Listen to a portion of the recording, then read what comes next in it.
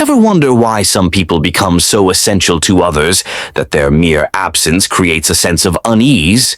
Think about Machiavelli, not just as a political theorist, but as someone who mastered the art of psychological presence.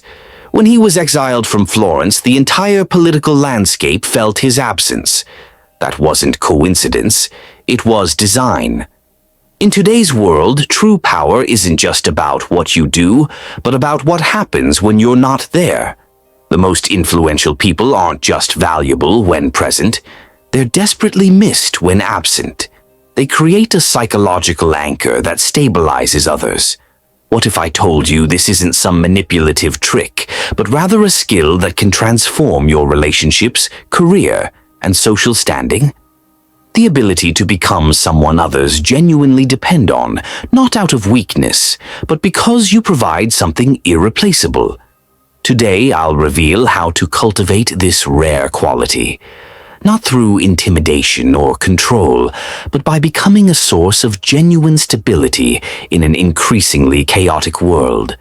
The strategies I'm about to share aren't taught in business schools or self-help books. They're drawn from centuries of psychological understanding, tested principles of human behavior, and yes, lessons from masters like Machiavelli himself. Stay with me, because in the next few minutes you'll discover how to establish yourself as that indispensable presence in any room, the person whose absence is immediately felt. This isn't about ego or power games. It's about becoming truly valuable in ways others can't ignore. Number 1, the calculated absence principle. Have you ever noticed that some people command attention not by demanding it, but by occasionally withholding their presence? There's something fascinating about this dynamic. It's almost as if their temporary absence creates a void that everyone feels but can't quite name. Think about the last time someone important stepped away from a meeting or a social gathering. Did you notice how the energy shifted? How conversations subtly changed direction? That's not coincidence. It's the power of calculated absence. Most people make the mistake of fighting for constant visibility. They believe that to be valued, they must be seen at all times. But what if I told you that strategic invisibility could actually make you more influential? It sounds counterintuitive, but there's deep psychological science behind this approach. When something valuable is always available, we humans tend to take it for granted. It's basic psychology. Constant presence leads to diminished perceived value. But introduce scarcity, even temporarily, and suddenly that same presence becomes magnified in importance. It's like oxygen. You don't think about it until it's gone. This is where our first principle comes in, what I call the calculated absence principle. This is principle number 1 of 5 in becoming a psychological anchor like Machiavelli. The calculated absence principle isn't about playing hard to get or manipulating others. It's about understanding the natural rhythm of presence and absence that creates true dependency. When you've established yourself as valuable, strategic withdrawals highlight the contribution you regularly make. It creates a presence vacuum that others can physically feel. Here's how to implement this. First, make yourself genuinely useful in consistent ways. Build reliability before anything else. Then, occasionally and strategically, step back at key moments. Maybe it's declining one meeting after attending 20 straight. Perhaps it's taking a short sabbatical after years of constant availability. The key is intentionality. Your absences should be rare enough to be noticed, but not so frequent that you become unreliable. Watch what happens when you return. People will often say things like, "We missed your input," or "Things weren't quite the same without you." That's not just politeness, it's confirmation that your absence created a noticeable void. The most powerful application of this principle comes at crucial moments. When tensions are high or decisions are being made, your calculated silence or temporary withdrawal creates space for others to realize what you bring to the table. You're not withdrawing support. You're creating contrast that highlights your value. Remember, Machiavelli's greatest influence came not during his time in office, but after his removal. His absence created a vacuum that made his previous contributions even more apparent.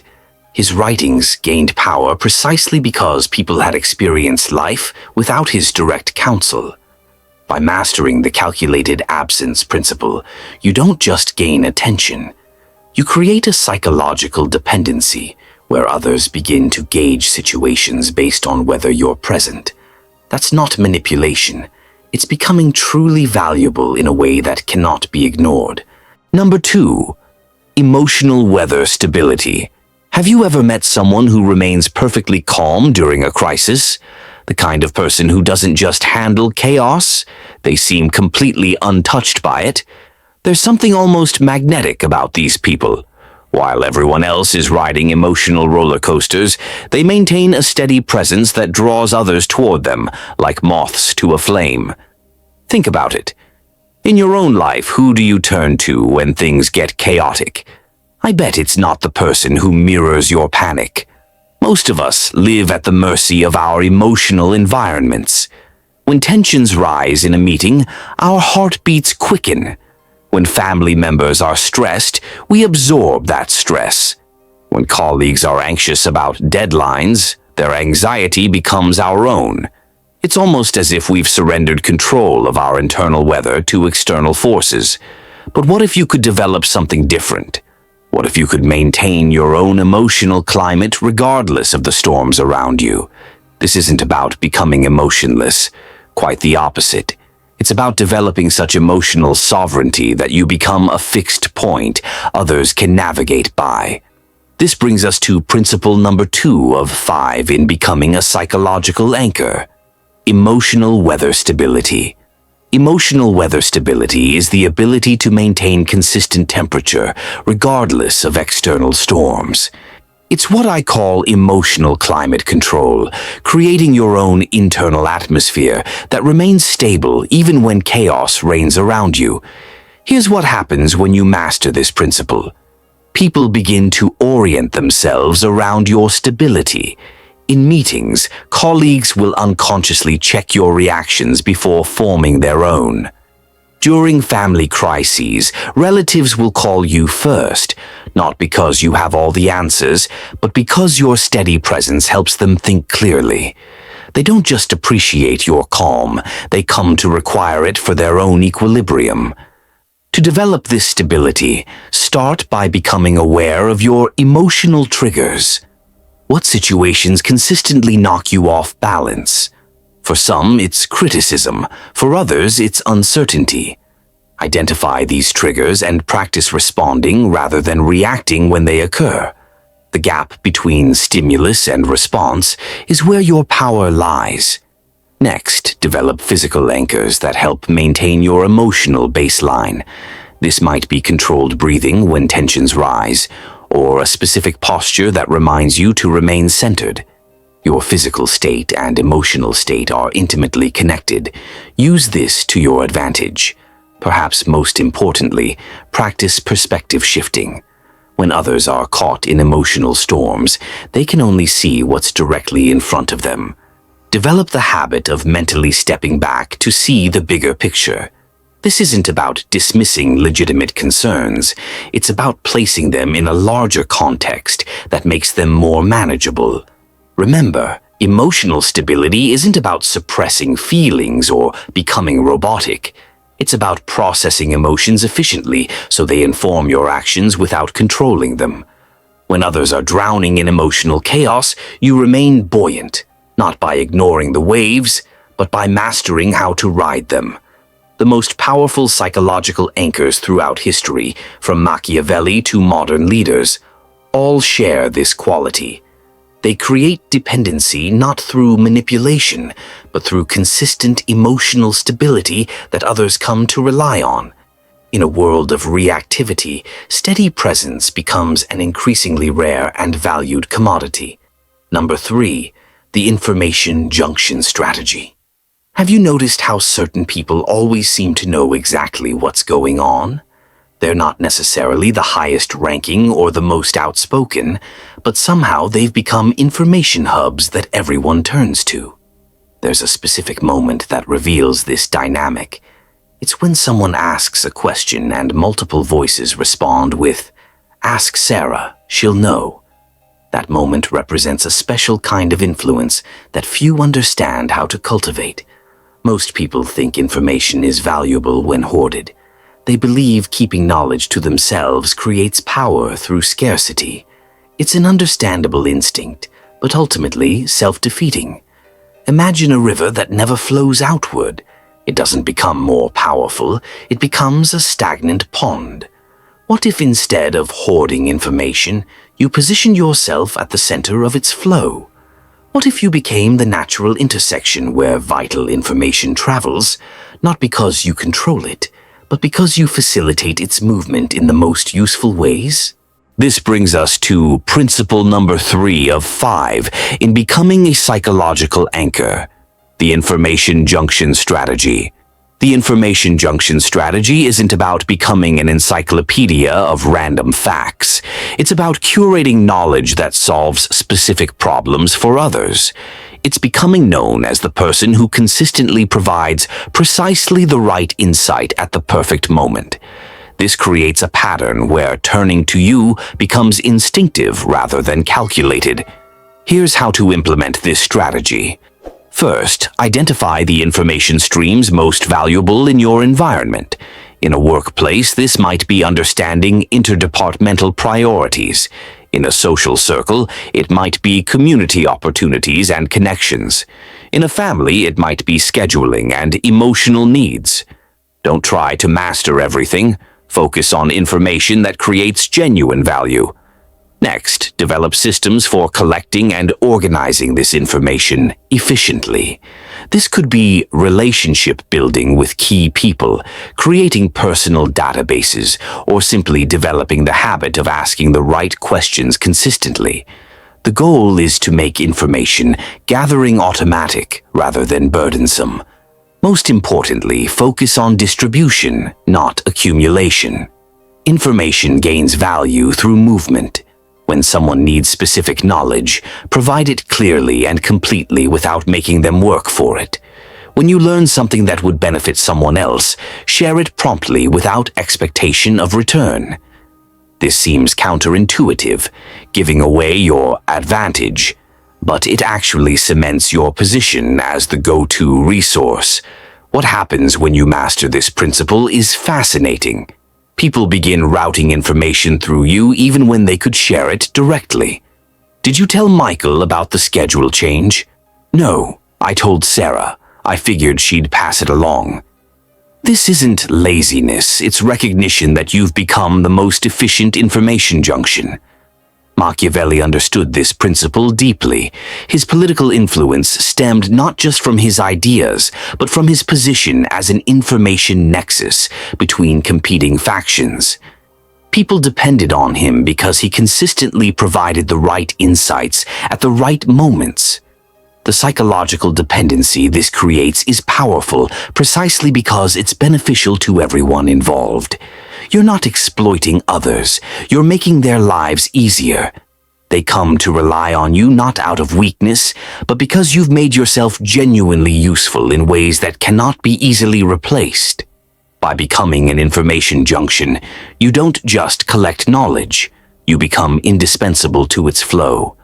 That's how you create a form of dependency that others don't resent but actively seek. Number 4. Calibrated vulnerability architecture. Have you ever met someone who somehow gets you to open up completely while revealing very little about themselves? It's an intriguing dynamic. You walk away feeling deeply connected to them, yet realize later that the conversation was mostly about you. This isn't necessarily manipulation. At its most skillful, it's a carefully calibrated approach to human connection that creates extraordinary influence. Most people fall into one of two extremes when it comes to personal disclosure. Some overshare indiscriminately, creating awkwardness rather than connection. Others remain completely guarded, preventing any meaningful bonds from forming. Both approaches fail to create the kind of psychological anchoring we're discussing in this video. What if instead you could design a framework of selective openness? What if you could create authentic connection while maintaining the stability that makes others depend on your presence? This delicate balance represents one of the most sophisticated aspects of becoming a psychological anchor. This brings us to principle number 4 of 5, calibrated vulnerability architecture. Calibrated vulnerability architecture involves creating what I call vulnerability touch points, carefully chosen moments of genuine openness that foster deep trust while maintaining the perception of strength.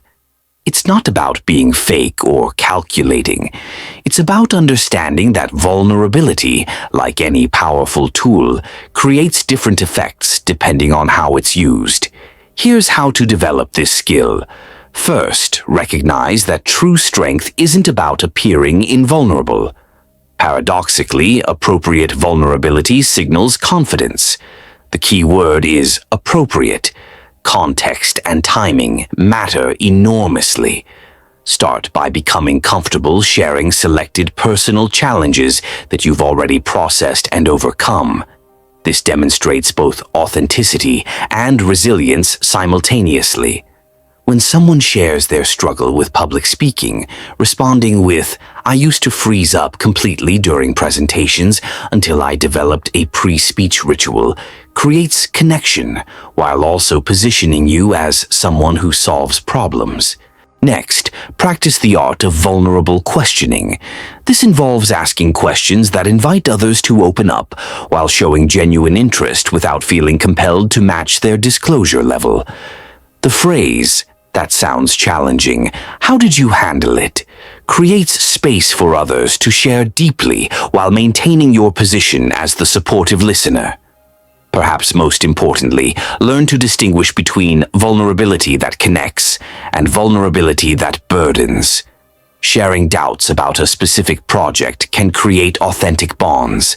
Sharing existential fears about your entire career path might overwhelm the relationship. The difference is crucial. When you master this principle, something remarkable happens. People begin to feel deeply understood by you without necessarily fully understanding you. This creates a unique emotional dependency that can't be easily replaced. They value your presence not just for what you do, but for how you make them feel seen and heard.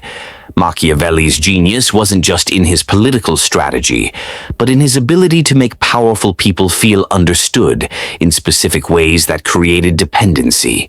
He knew when selective vulnerability would create influence and when it would diminish it. The psychological architecture you're building isn't about manipulation. It's about creating authentic connection through deliberate rather than random vulnerability. It's understanding that how you share yourself shapes how others depend on your presence.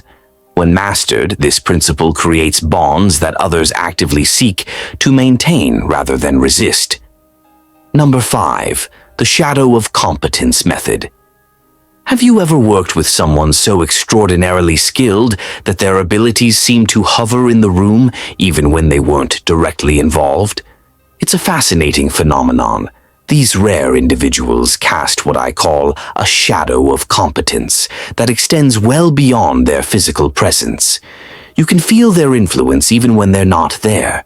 When faced with a challenge, people often ask, "What would Alex do in this situation?" That's not just respect. It's a profound form of psychological dependency. Most people approach skill development in a limited way. They focus on becoming good enough to handle their responsibilities adequately. There's nothing wrong with this approach, but it doesn't create the kind of psychological anchoring we're discussing. Mere competence doesn't create dependency. Excellence does. What if you could develop such profound skill in your domain that your competence casts a shadow others can feel even in your absence? What if your approach to excellence became so distinctive that others began to internalize your standards and perspectives? This isn't just about being good at something. It's about changing how others view their entire field through the lens you've created. This brings us to principle number 5 of 5 in becoming a psychological anchor. The shadow of competence method. The shadow of competence method involves developing mastery that transforms how others perceive possibilities within your domain. It's not just about performing well. It's about redefining what performance means to those around you. Here's how to implement this principle. First, identify the core skills in your domain that create disproportionate value. Every field has leverage points where excellence creates exponentially greater results than mere competence. In management, this might be conflict resolution. In design, it might be simplifying complexity. In teaching, it might be making difficult concepts accessible. Focus your development efforts on these high-leverage skills. Next, develop systems and frameworks that make your approach both distinctive and transferable. The most influential experts don't just solve problems, they create repeatable methods for solving them. When others begin using your terminology or adopting your step-by-step approaches, you've begun casting a shadow that extends beyond your direct involvement. Most importantly, maintain visible enthusiasm for continuous improvement. When others see you constantly evolving despite your already exceptional skill level, it creates both inspiration and intimidation. The gap between their abilities and your constantly advancing expertise ensures your shadow remains cast over their work. What happens when you master this method is remarkable. People begin to question their ability to succeed without your involvement. This isn't because you've made them weak. It's because you've become synonymous with excellence in ways they've internalized. They hear your voice in their head asking questions they hadn't considered. They evaluate their own work by standards you've established. Machiavelli's shadow of competence was so powerful that centuries later, we still use his name to describe particular approaches to power and strategy. His competence didn't just exist during his lifetime. It cast a shadow that extends across history. The psychological dependency this creates isn't about making others feel inadequate. It's about elevating standards so consistently that your perspective becomes woven into how they approach challenges. They don't just value your input. They've incorporated elements of your thinking into their own. By developing a shadow of competence, you don't just solve today's problems. You influence how tomorrow's problems will be approached, even when you're not in the room. That's how you create the most profound and lasting form of psychological anchoring. As we've explored these 5 principles, the calculated absence principle, emotional weather stability, the information junction strategy, calibrated vulnerability architecture, and the shadow of competence method, you've gained insight into how truly influential people create psychological dependency that benefits everyone involved. This isn't about manipulation or control. It's about becoming genuinely valuable in ways that transform your relationships and environment. By strategically managing your presence, developing unwavering emotional stability, facilitating valuable information flow, creating authentic connection through calibrated vulnerability, and casting a shadow of competence that extends beyond your direct involvement, you become a psychological anchor that others naturally depend on. Remember, Machiavelli's greatest achievement wasn't his political theory. It was becoming so essential that his absence created a vacuum. By implementing these principles consistently, you'll develop the same rare quality. You'll become someone whose presence creates stability and whose absence is immediately felt. That's not just influence. It's the kind of impact that remains long after you've left the room. The next video the algorithm chose for you isn't random. It's your next tactical upgrade. Click it now and continue your silent ascent.